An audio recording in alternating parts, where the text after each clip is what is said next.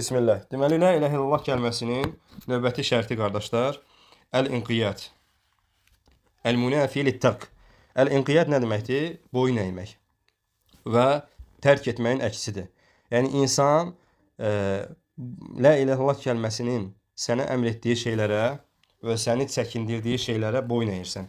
Şəriətin əmr və qadağaları kim tərəfindəndir? Allah tərəfindən, Allah və Rasul tərəfindən. Və la ilahe illallah kəlməsi sənə onu ilzam edir ki, sən Allah Taala'nın və Rasulunun gətirdiyi şəriətə tam şəkildə boyun əyəsən. Çünki Allah Subhanahu wa Taala Quran-Kərimdə buyurur ki, deməli Luqman surəsinin 22-ci ayəsində buyurur ki: "Və men yuslim vechhahu ilallahi və huve muhsinun faqad istemsaka bil-urvetil vuthqa." Və men yuslim vechhahu. Yəni burada Allah Taala buyurur ki, kim üzünü, yəni özünü nəzərdə tutur, Allaha təslim eləyərsə, və huve muhsin, yəni muhsin olduğu halda Allaha təslim eləyərsə, faqad istemsaka bil-urvetil vuthqa. O deyir, qopmayan bir qulpdan yapışmış olar. Və fikir verin, burada Allah Taala muhsin deyir. Yaxşı, kim deyər? Muhsin nə deməkdir? Yəni, nə nəzərdə tutulur burada muhsin deyəndə? Hansı dərəcədir o? Allahı görmüş kimi ibadət etmək. Əhsəntum, əla. Aha. Yaxşı, belə deyək. Dinin neçə mərtəbəsi var? 3. Hansılardır? İslam, iman, ihsan. İslam, iman, ehsan. Əhsəntum. İslam nədir? İslam tövhidlə boyun əyməkdir. Tövhidlə təslim olmaq, itaətlə boyun əymək, şirk və onun əhlindən uzaq olmaq. İman nədir? İman da iqrar etməkdir. Dillə deyib, qəlblə təsdiq edib, əməllərlə, əzalarla yerinə yetirmək. Ən üstünü la ilahe illallahdır. Ən sonu da yolda əziyyət verən bir şey maneədə götürməkdir. İtaətlə artar, asiliklə azalar. Əhsəntum. Əhsəntum, əla. Dedi ki, ehsan da nədir? Əla. Yəni, burada muhsin deyəndə o kəslərdir ki, qardaşlar, onlar Allaha elə ibadət edirlər ki, sanki Allahı görürmüş kimi. Allah Taala onları görməsə, onlar Allahı görməsə də Allah onları görür. Və bu dinin ən yüksək mərtəbəsidir. Deməli, dedik ki, hər müsəlman, deməli, hər muhsin müsəlmandır, həm də mömindir. Hər mömin müsəlmandır, lakin muhsin deyil. Hər müsəlman da, yəni, mömin və muhsin ola da bilər, olmaya da bilər. Yəni, müsəlman ümumi dairədir. Mömin və muhsin isə dərəcədir. Ən yüksək dərəcəsi muhsindir. Barakallahu fikum. Bəli, sonra Allah Taala Quran-Kərimdə başqa ayədə buyurur ki, qardaşlar, Nisa surəsinin 125-ci ayəsində. Allah Taala buyurur ki: "Və men ahsanu dinan mimmen aslama vechhahu lillah və huve muhsinun və ittaba'a millete İbrahim hanife." Yaxşı əməl sahibi olduğu halda özünü Allaha təslim edən, fikir verin, burada boyun əyir. Boyun əyməkdən söhbət gedir. Və Hənif İbrahimin dininə tabi olan şəxsdən daha gözəl, daha üstün kim ola bilər? Və sonra Allah Subhanahu wa Taala başqa ayədə də qardaşlar buyurur ki, Zumər surəsinin 54-cü ayəsində. Yəni bu ayələrdən fikir versiniz, yəni 3 dənə, 4 dənə zikr edirəm. Yəni bunlardan hansı rahatdırsa, onu inşallah əzbərləyin. Barakallahu fikum. Və Allah Taala Quran-Kərimdə buyurur ki, Zumər surəsi 54-cü ayədə: "Və anibu ila rabbikum və aslimu leh."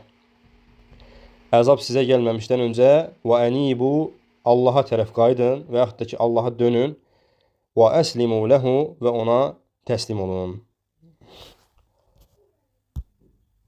Və Allah Rasulü sallallahu aleyhi və səlləm buyurur ki, deməli, Allah Rasulü sallallahu aleyhi və səlləm buyurur ki, "La yu'minu ahadukum hatta yakuna hawahu tab'an lima ji'tu bihi." Allah Nəbisi sallallahu aleyhi və səlləm buyurur ki, sizdən biriniz iman etməz, hətta öz havasını mənim gətirdiyimə və yaxud da mənimlə gələnə tabi olmadıqca.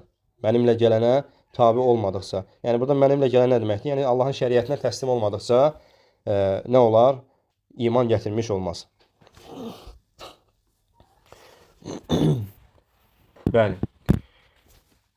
Və növbəti şərt, la ilallahın 5-ci şərti, qardaşlar, əs-sıdıq. Yəni, sadiqlik. Əl-münafi lil-kədib, yalancılığın əksi olaraq. Və la ilahə illallahı dediyin zaman insan bu kəlmə barəsində istər daxili və istər xarici, həm dildə, Həmçinin qəlbdə bu kəlmə barəsində sadiq olmalıdır. Bu kəlmə barəsində sadiq olmalıdır və yalançılıqdan uzaq olmalıdır. Və bu kəlmənin gərəkdirdiyi şeylər barəsində qəlbində nə cürdürsə, zahirində də o cür olmalıdır.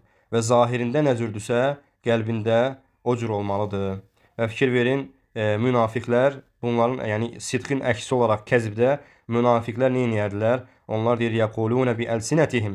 Onlar dilləri ilə bunu deyərdilər, la ilahe illallah deyərdilər, lakin bu şəhadəti qəlblərində inkar edərdilər.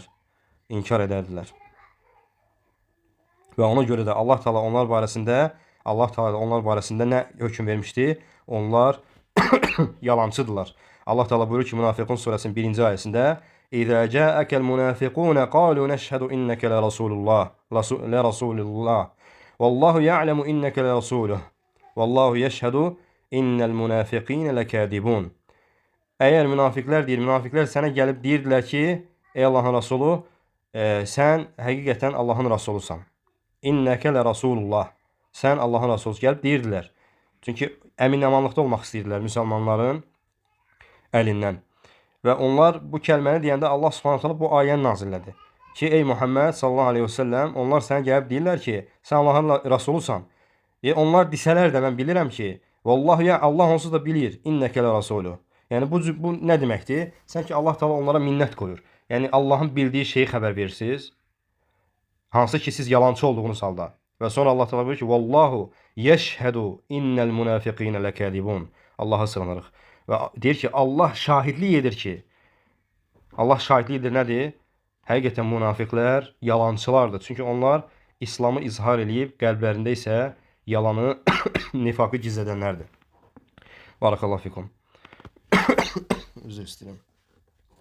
Bu da la ilahe illallahın 5-ci şərtidir ki, sadiqlik. Və həmçinin Allah Nəbisi sallallahu aleyhi və səlləm buyurur ki, qardaşlar, Buxarinin rəvayət etdiyi hədisdə buyurur ki, Mə min əhədin yəşhədu ən la ilahə illallah və ənə Muhammedən Rasulullah sidqan min qalbihi illə harraməhullahu alən-nar. Sizdən kim şəhadət yəşhədu ən la Allahdan başqa heç bir ibadətə layiq haqq məbudun olmadığına şahidlik edərsə və Muhammed Rasulullah sallallahu aleyhi və səlləmin Allahın elçisi olduğuna sidqan min qalbihi, qəlbindən sadiq bir şəkildə bunu deyərsə, şahidlik eləyərsə, Allah Teala ona cəhənnəmi haram edər. Allah Teala ona odu haram edər.